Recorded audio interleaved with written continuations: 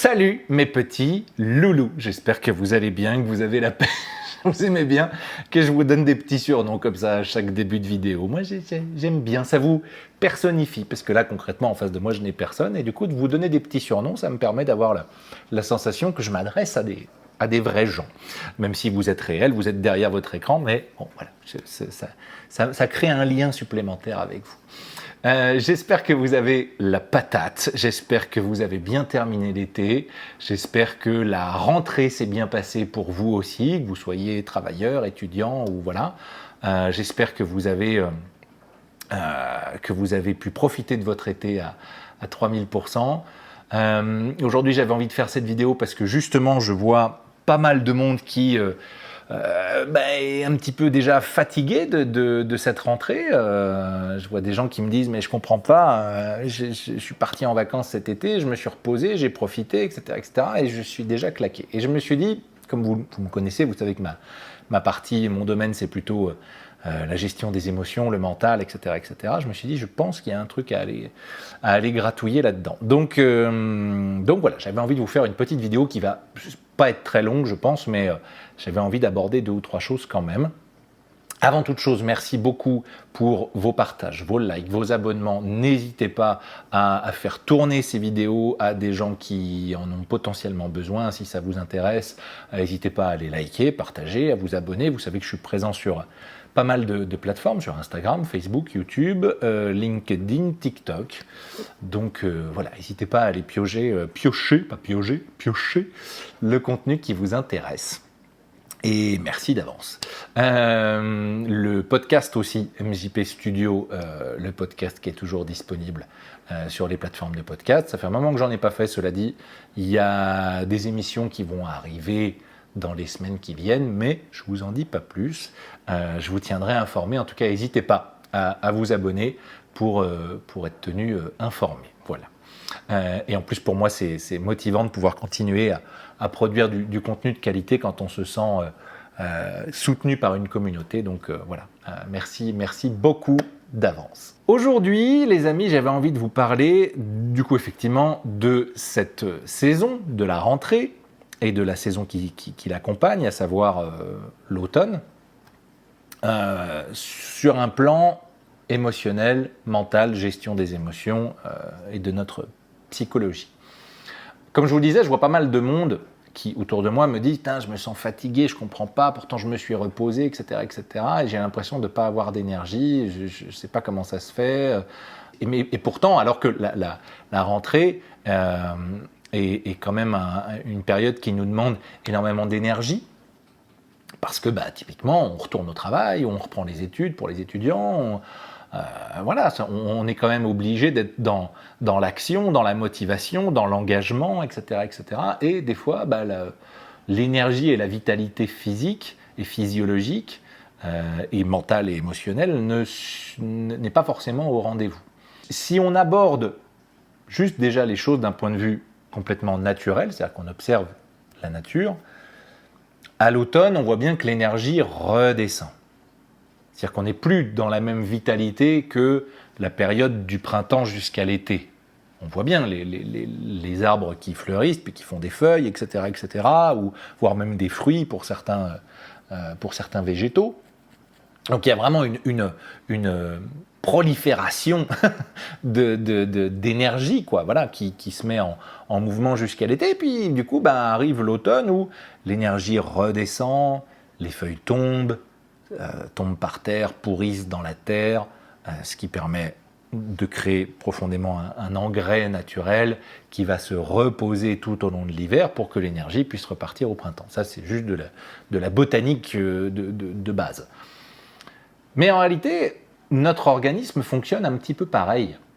Et c'est des choses qu'on a tendance à oublier parce que le rythme que nous demande notre société moderne, actuelle, ne respecte absolument pas les cycles physiologiques qu'on devrait respecter pour en tout cas être en bonne forme et en bonne santé tout au long de l'année.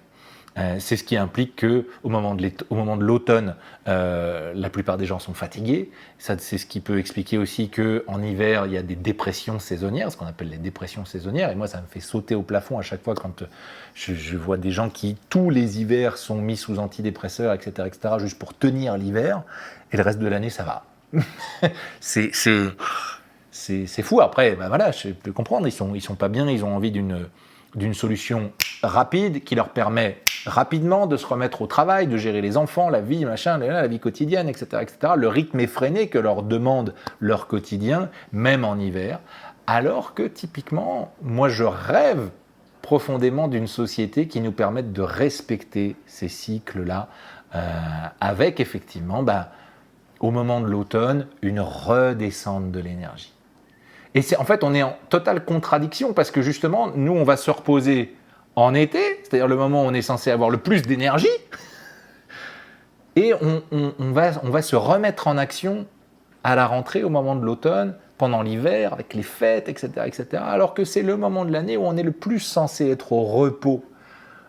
On est quand même des animaux au départ. Alors, je ne parle pas d'hiberner pendant 3 mois, mais moi, je serais tout à fait pour qu'en hiver, on redescende radicalement le rythme. Ça ferait du bien à tout le monde, ça ferait du bien à l'espèce humaine, ça ferait du bien à l'environnement, ça ferait du bien à plein de choses. Mais ce n'est pas dans notre culture. Voilà, ce n'est pas dans notre culture, ce n'est pas dans notre monde actuel. On n'a pas cette culture-là et c'est profondément dommage parce que du coup, je pense que c'est aussi ce qui fait qu'il y a de plus en plus de gens qui déclenchent des maladies. On voit bien là, déjà à partir de maintenant. Il y a entre autres le Covid, mais il n'y a pas que le Covid. Voilà, il y a une petite reprise épidémique, etc., parce que l'organisme des gens est fatigué et il est affaibli. Du coup, il y a un système immunitaire qui fonctionne moins bien. Et pour moi, il n'y a absolument rien d'illogique, mais voilà, comment transformer ça à l'échelle de la société, ça, si on en avait envie, ça demanderait du temps quand même, mais ça ne veut pas dire que c'est infaisable, très loin de là. En tout cas, à l'échelle individuelle, parce que c'est quand même ce qui nous intéresse. Si on regarde par exemple une pratique comme la médecine chinoise, qui du coup est une médecine qui, à la base, respecte beaucoup plus ces mouvements fondamentaux des saisons.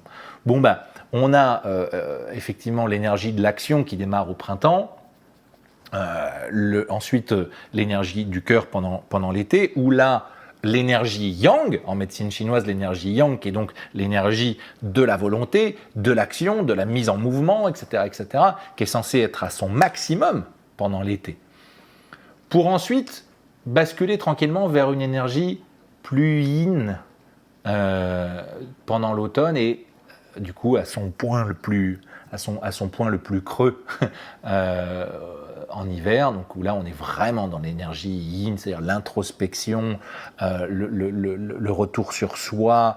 Vraiment, on est plus censé être dans la projection de nos volontés, de nos projets, de tout ça. On est juste censé laisser reposer et retourner un petit peu le projecteur vers soi. Et même au moment de l'automne, on est du coup, pour aller vers cette énergie profondément yin en hiver, on est censé au moment de l'automne faire les bilans. Faire les bilans de notre année. Voir ce qu'on a bien fait, mal fait, comment on aurait pu faire mieux, etc. L'énergie de l'automne en médecine chinoise, c'est associé à l'élément métal. Et l'énergie du métal est reliée aux poumons. Et d'ailleurs, on voit bien que de toute façon, les gens qui tombent malades en ce moment, c'est principalement des problématiques pulmonaires, Covid, bronchiolite, etc. Parce qu'effectivement, l'énergie du poumon, si elle est bien inspectée, ça fait un poumon, même physiquement, ça fait un poumon qui est fort, donc un système immunitaire qui est fort, qui sait se défendre contre les agressions extérieures. Un poumon qui est faible parce qu'il est mal entretenu, par définition, il est plus sensible. Donc c'est poumon et intestin également. Donc ça fait une énergie qui est faible et qui, par définition, n'est pas capable de se défendre contre les agressions extérieures, etc. C'est toute cette énergie-là qui est mise en jeu au moment de l'automne, avec les théories de la médecine chinoise, c'est vraiment l'énergie des bilans, c'est l'énergie, c'est le moment de l'année où on construit son immunité, physiologiquement, émotionnellement, psychologiquement, mentalement. C'est-à-dire que c'est vraiment un moment où on fait le tri. C'est vraiment le moment où on peut faire, comme je vous disais, les bilans, le tri, c'est-à-dire voilà, les feuilles mortes sont tombées, on les évacue, on voit dans notre année ce qu'on veut continuer à garder ou pas, ou quoi, ou qu'est-ce. C'est un moment où c'est important de réfléchir à l'hygiène de vie qu'on a envie d'avoir, de se construire une véritable hygiène de vie, aussi bien au niveau alimentaire, qu'est-ce qu'on mange, est-ce que notre alimentation est suffisamment saine et équilibrée pour notre organisme ou pas, est-ce qu'on rééquilibre ou pas. Au niveau aussi de notre rythme de vie, est-ce que je suis est-ce que je suis suractif, trop actif, ou pas assez justement, que je ne bouge pas assez, que je ne fais pas suffisamment de choses. Est-ce que je me couche assez tôt? Est-ce que voilà, mon rythme de sommeil, et Dieu sait à quel point le sommeil est capital pour être en bonne santé de manière générale. Le sommeil, mais entre autres, enfin voilà, c'est le rythme de vie de manière générale. Et puis ensuite, effectivement, aussi au niveau psychologique et émotionnel, c'est-à-dire est-ce que je suis trop en stress, est-ce que je suis trop anxieux, ou au contraire, est-ce que je suis trop, pas léthargique, mais vous voyez ce que je veux dire, je m'inquiète jamais de rien, du coup j'anticipe jamais rien non plus, je structure jamais rien non plus, et l'énergie métal, l'énergie du poumon en médecine chinoise, c'est aussi cette énergie-là, c'est-à-dire que c'est aussi l'énergie de je restructure, je recadre, je tranche, je prends des décisions fermes concernant mes différents projets de vie, concernant mes relations aussi, pourquoi pas, ce que je veux garder ou pas, qu'est-ce qui me nourrit profondément ou pas. Enfin voilà, l'énergie de l'automne, c'est un petit peu vraiment le moment des bilans et de la restructuration. Et petit à petit, on fait redescendre l'énergie vers l'intérieur pour se tourner plus vers soi, pour qu'en hiver, on puisse profondément être dans un repos de l'énergie. Et donc, par définition, pendant cette période de l'automne, il y a une chose qui est capitale et qu'on n'enseigne pas suffisamment et qu'on ne fait pas du coup suffisamment, c'est de respirer. C'est un des trucs les plus basiques du monde, puisqu'on le fait tous les jours, toutes les nuits, tout le temps sans s'en rendre compte. C'est vraiment c'est quelque chose de totalement subconscient, la respiration, et qui pourtant est fondamental et qu'on ne travaille pas suffisamment. Quand on pense à quelque chose d'aussi simple que la respiration, et quand on pense aux bienfaits que ça apporte, les bienfaits sont absolument stratosphériques, mais vraiment. Alors que pourtant, au quotidien, on utilise seulement 20 à 30% de notre capacité pulmonaire au quotidien. Et on peut réellement faire plein de trucs si on travaille profondément sa respiration. Il y a plein de bienfaits, je regarde ici parce que je m'en suis noté 2 ou 3 pour être sûr de ne pas les oublier, mais il y a la réduction du stress, ça évidemment c'est connu, mais on peut aussi rééquilibrer le microbiote intestinal pour une meilleure digestion, optimiser le système cardiovasculaire. Qu'est-ce qu'il y a d'autre? Par définition, avoir plus d'énergie, de vitalité, rééquilibrer la biochimie de notre corps, donc la biochimie hormonale de notre corps, rééquilibrer la glycémie aussi. Tu as certains exercices qui permettent même de réduire les inflammations, de booster notre système immunitaire. Donc par définition, en ce moment, quand il y a des reprises épidémiques, etc., c'est pile le bon moment d'avoir une bonne immunité, comme je vous le disais juste avant. Ou encore même de changer carrément le pH de notre corps. Vous savez qu'on a, par définition, notre corps a un pH, on est soit, c'est par définition ce qu'on appelle en naturopathie l'équilibre acido-basique. Donc soit vous êtes acide, soit vous êtes neutre, soit vous êtes alcalin.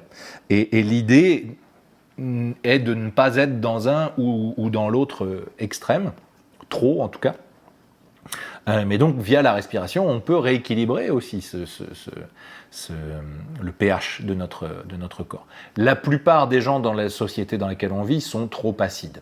On a un équilibre acido-basique qui, par définition, tend trop vers l'acidité due à la suractivité, la suralimentation, le stress, l'angoisse, l'anxiété, etc., qui, par définition, sont des trucs qui vont acidifier l'organisme et on en arrive à des oxydations du corps, le stress oxydatif, etc., qui génèrent énormément de problématiques type cancer, ulcère, et plein d'autres pathologies physiques qui peuvent découler entre autres de ça.